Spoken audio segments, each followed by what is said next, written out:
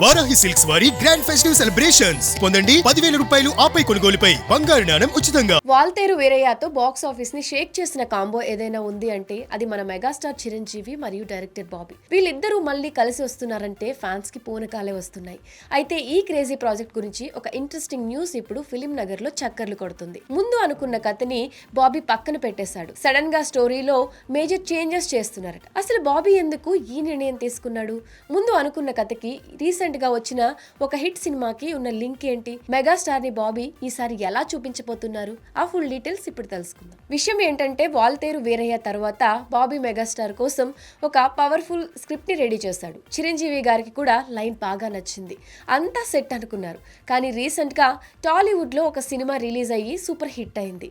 బాబీ రాసుకున్న కథకి ఆ రిలీజ్ అయిన సినిమాకి ఒక చిన్న పోలిక ఉందట. ఇప్పుడు అదే కథతో సినిమా తీస్తే కాపీ అనో రొటీన్ అనో కామెంట్స్ వస్తాయని బాబీ గ్రహించాడు. అందుకే రిస్క్ తీసుకోకూడదని ఆ కథని పక్కన పెట్టి ఇప్పుడు స్క్రిప్ట్ లో భారీ మార్పులు చేస్తున్నాడు. మెగాస్టార్ ఇమేజ్ కి తగ్గట్టు కొత్తగా ఉండేలా కథని మళ్ళీ తెరకెక్కించబోతున్నాడు. స్టోరీ మారినా బాబీ టార్గెట్ మాత్రం ఒకటే, చిరంజీవిని నెవర్ బిఫోర్ అవతార్ లో చూపించాలి. వాల్తేరు వీరయ్యలో వింటేజ్ లుక్ చూసాం, కానీ ఈసారి అంతకు మించి ఉంటుందట. ప్రస్తుతం బాబీ ఫైనల్ డ్రాఫ్ట్ మీద వర్క్ చేస్తున్నాడు. ఈ సినిమా షూటింగ్ జనవరి 2026 తర్వాతే మొదలయ్యే ఛాన్స్ ఉంది.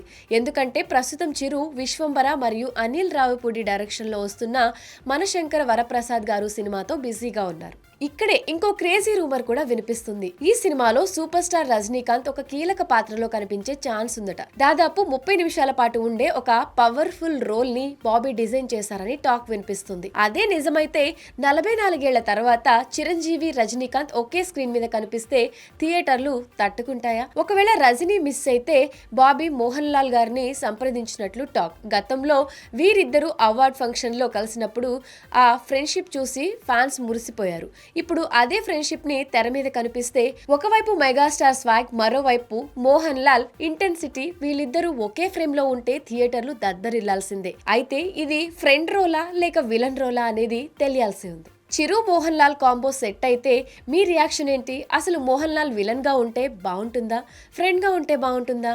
మీ అభిప్రాయం ఏంటో కింద కమెంట్ సెక్షన్ లో కమెంట్ చేయండి. మరిన్ని ఇంట్రెస్టింగ్ అప్డేట్స్ కోసం ఇట్స్ యూటీవీ ఛానల్ ని సబ్స్క్రైబ్ చేసుకోండి.